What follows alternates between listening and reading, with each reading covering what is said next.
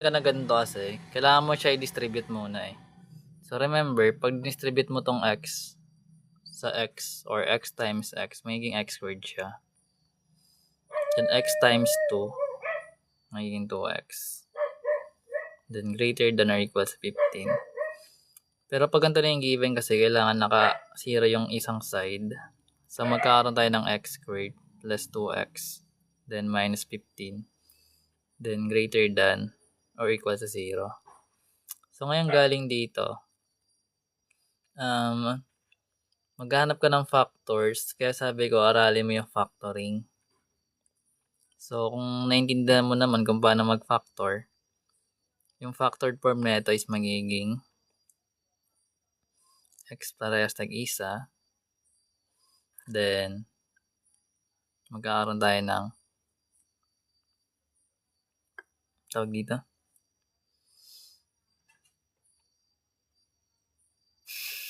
Di ba dapat negative 15? Magiging, hindi siya negative 5 tsaka 3. Dapat plus 5 tsaka minus 3. Kasi yung 5 times negative 3 magiging negative 15. Then yung 5 minus 3 dapat positive 2. Kasi pag ginawa mo siyang negative 5 plus 3, magiging negative 2 siya. So, kailangan mas satisfy mo to.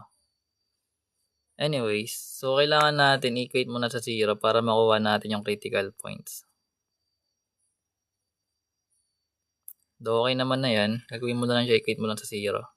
So, magkakaroon ka ng x plus 5 times x minus 3 equals 0. So, magkakaroon ka ng x plus 5 equals 0, which is magiging negative 5.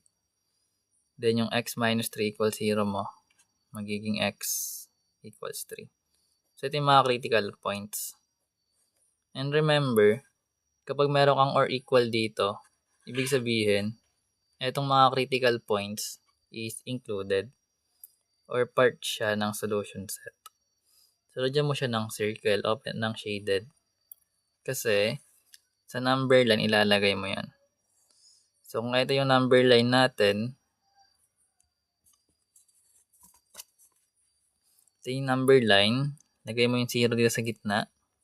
Then yung sa left side, mga negative numbers. So, let's say negative infinity. Sa right side is positive infinity. So, kung meron tayong nakuhang negative 5 tsaka 3, lagay mo dito yung negative 5. Dito yung 3. Then, dahil sabi natin included sila, so shade, then ilalagay natin. So, ngayon, meron tayo na ito guys, no? Then, kukuha tayo ng test points, number sa left, number sa middle, tsaka number sa right. So, ano yung number na ilalagay mo dito na sa left ni negative 5? So, pwede ka maghanap ng numbers na nasa left ni negative 5. That is negative 6. Then, sa pagitan naman ni negative 5 tsaka ni 3, gamitin mo yung 0. Then, sa right ni negative 3, pwede yung 4. So, ngayon, magka-test point ka na. So, pag nag-test points ka, maglalat ka ng x equals negative 6. Itong ginamit mo. Then, gamitin mo siya dito sa factored form para hindi ka mahirapan. So, kung meron tayong x plus 5 times x minus 3 greater than or equal sa 0, lag mo lang yung negative 6, magiging negative 6 plus 5. Tapos, negative 6 minus 3 greater than or equal sa 0. So, yung negative 5 times, negative 6 plus 5, magiging negative 1. Then, negative 6 times minus 3, magiging negative 9. So, ito pag multiply mo, magiging 9. Greater than or equal sa 0. Which is true. So, kapag true yun, ibig sabihin, itong part na to is shade mo. Then, balik tayo dito sa middle. So, meron tayong x equals 0. So, magkakaroon tayo ng x plus 5 times x minus 3. Then, yun. Lagyan mo lang 0 plus 5. Basta naka-times yan na. So, magiging 5 tsaka negative 3. Nasundan mo? Kung mabilis. Marami naman nito sa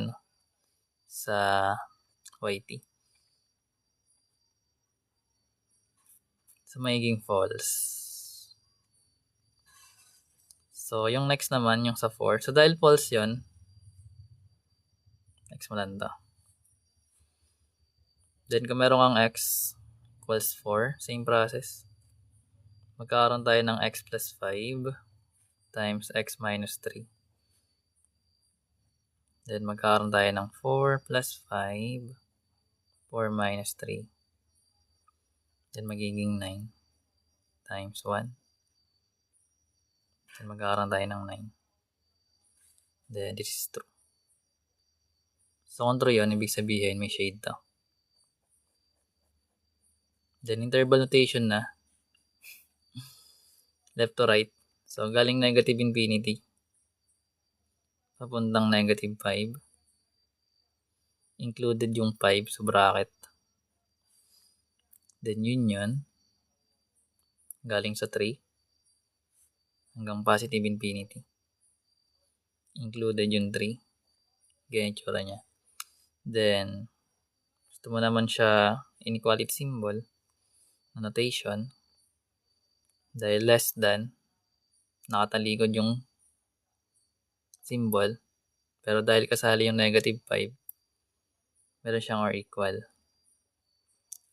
Yung or, union, para naman dito, copy mo yung x. Then, dahil positive infinity, papuntang malaking numbers yun, di ba? Sa 3 natin. Dahil kasali yung 3 sa sagot, meron siyang or equal. So, ito yung notation niya. Ganyan siya ginagawa. Sundan. Ayun na, picturean mo na. Ikaw na mag-picture, ako pa. Screenshot mo na. Okay, isa-isahin mo lang.